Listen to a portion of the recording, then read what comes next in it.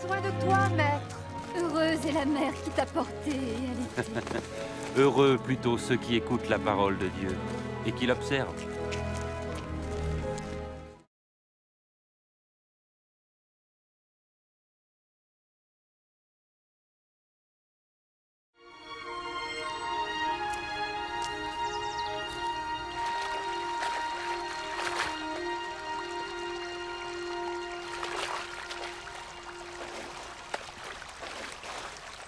Apprends-nous à prier, comme Jean l'a appris à ses disciples.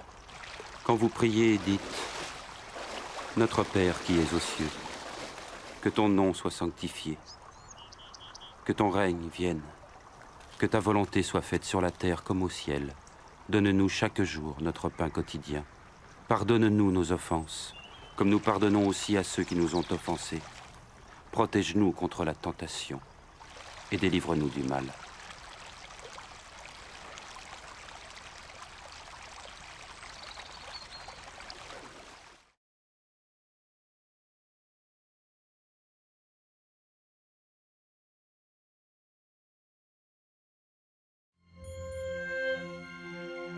Dans les Saintes Écritures, Dieu déclare que le Messie viendrait pour être le sauveur du monde. La vie de Jésus prouve qu'il est bien celui dont les prophètes avaient parlé. Ésaïe a prophétisé que la Vierge deviendrait enceinte et qu'elle enfanterait un fils. Des siècles plus tard, la naissance de Jésus accomplissait cette prophétie.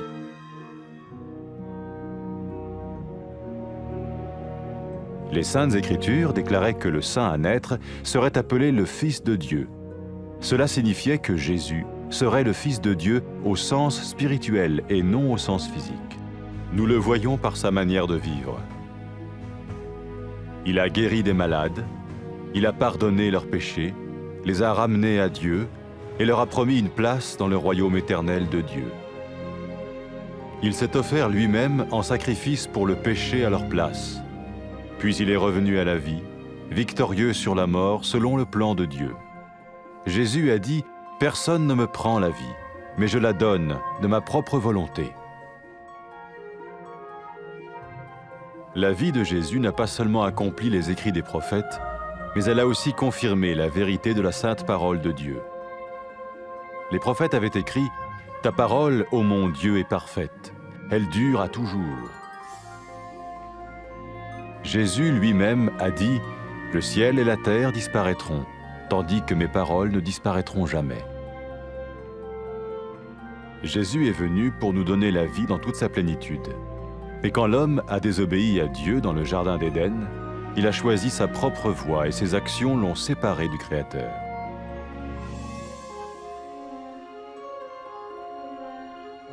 Les Saintes Écritures déclarent que tous ont péché et que le salaire que paye le péché, c'est la mort. Il s'agit de la mort spirituelle, éternelle séparation d'avec Dieu. Mais tout comme Dieu a donné un bélier pour qu'il meure à la place du fils d'Abraham, ainsi il a envoyé Jésus, le Messie, mourir à notre place.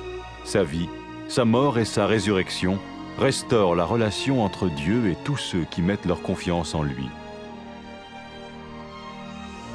Maintenant, non seulement Jésus pardonne les péchés de ceux qui le suivent, mais il les sauve aussi du jugement éternel de Dieu.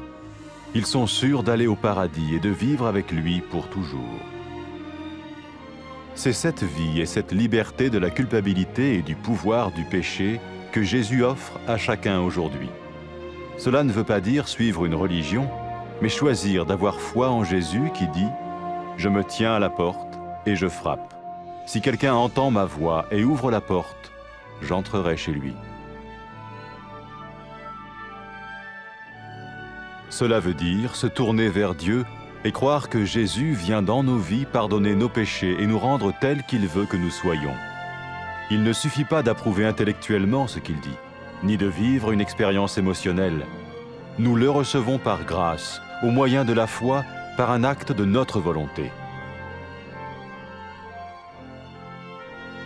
Lorsque quelqu'un est prêt à suivre Jésus le Messie, il peut lui parler par une simple prière. Peut-être êtes-vous prêt maintenant à ouvrir votre vie à Dieu. Si oui, vous pouvez vous joindre à la prière suivante, silencieusement. dans votre cœur. Seigneur Jésus, j'ai besoin de toi. Merci d'être mort sur la croix pour mes péchés.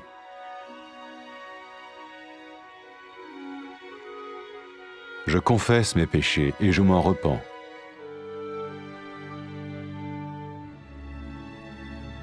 Je t'ouvre la porte de ma vie et je te reçois comme mon Sauveur et Seigneur.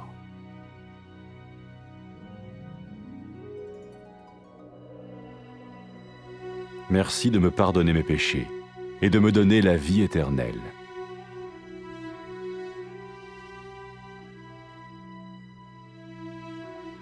Fais de moi le genre de personne que tu veux que je sois. Maintenant que je deviens l'un de ceux qui te suivent. Amen.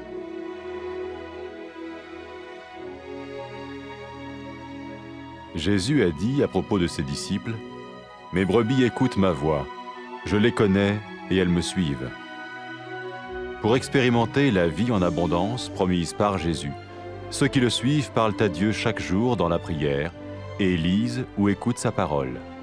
Ils parlent de lui à d'autres personnes et rencontrent régulièrement ceux qui l'aiment et le suivent. N'oubliez pas sa merveilleuse promesse. Tout pouvoir m'a été donné dans le ciel et sur la terre. Et sachez-le, je vais être avec vous tous les jours, jusqu'à la fin du monde.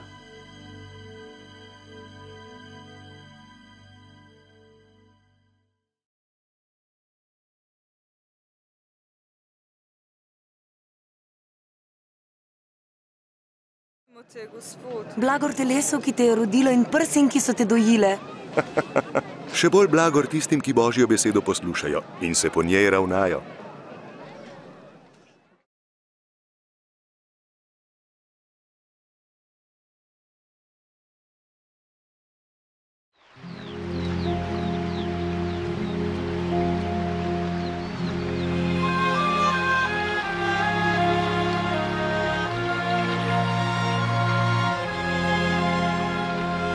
Nauči nas moliti, kakor je tudi Janez naučil svoje učence.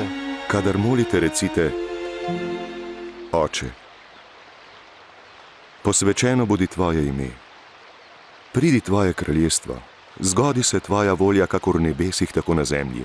Naš vsakdanji kruh nam dajaj od dne do dne in odpusti nam naše grehe, saj tudi sami odpuščamo vsakomur, ki nam je dolžan. In ne vpelji nas v skušnjavo, obvaruj nas vsega hudega.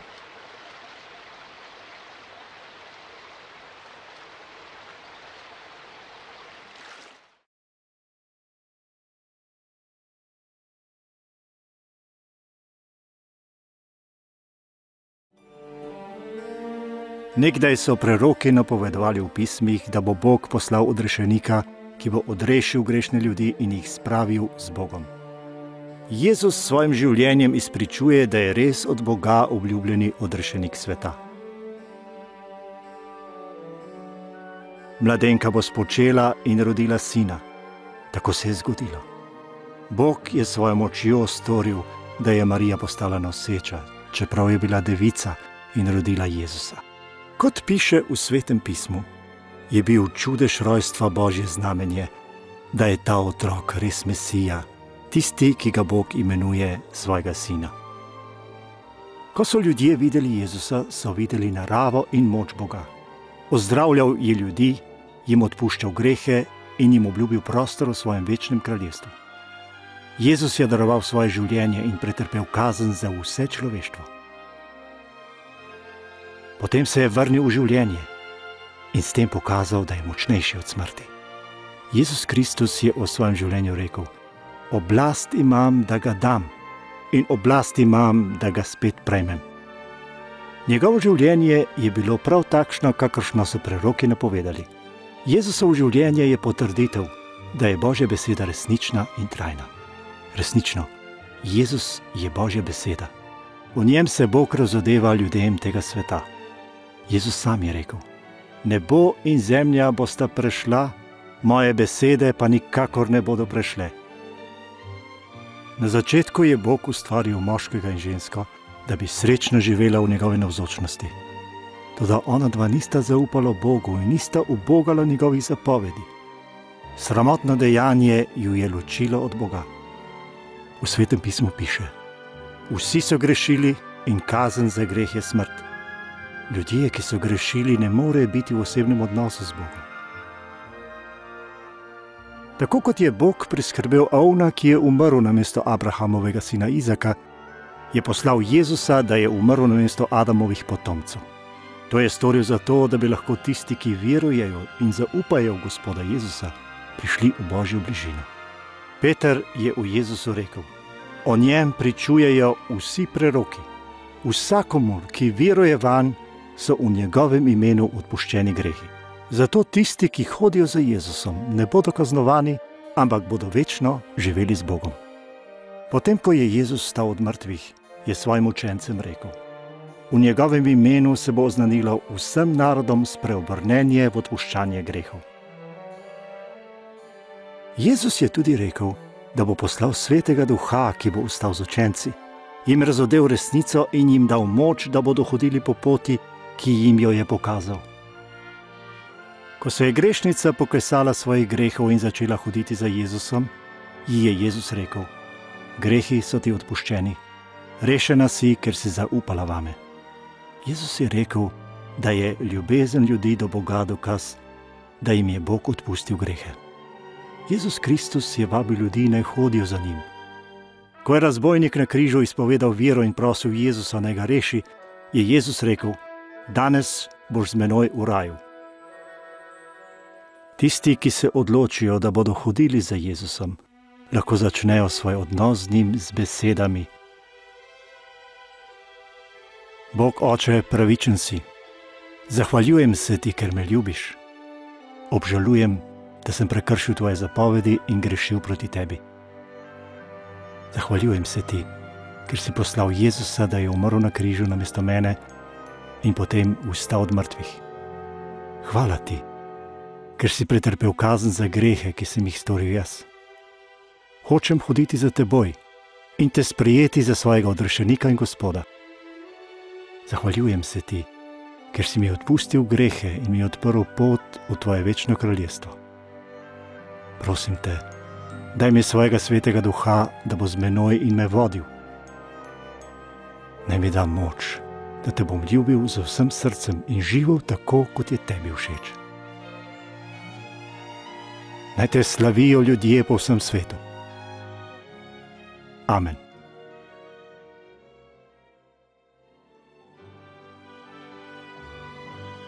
Jezus pravi o tistih, ki hodijo za njim: moje ovce poslušajo moj glas, jaz jih poznam in hodijo za menoj. Jezusovi učenci se srečujejo med seboj, se vsak dan pogovarjajo z njim, berejo njegovo besedo v Svetem pismu in o njej razmišljajo, se zgledujejo po njem in drugim pripovedujejo o njem. Jezus jih vodi in krepi z močjo Božjega Svetega Duha, ki prebiva v njihovih srcih. Vedno mislijo na to, kar je Jezus rekel takrat, ko je šel v nebesa. Dana mi je vsa oblast v nebesih in na zemlji. In glejte, jaz sem z vami vse dni do konca sveta.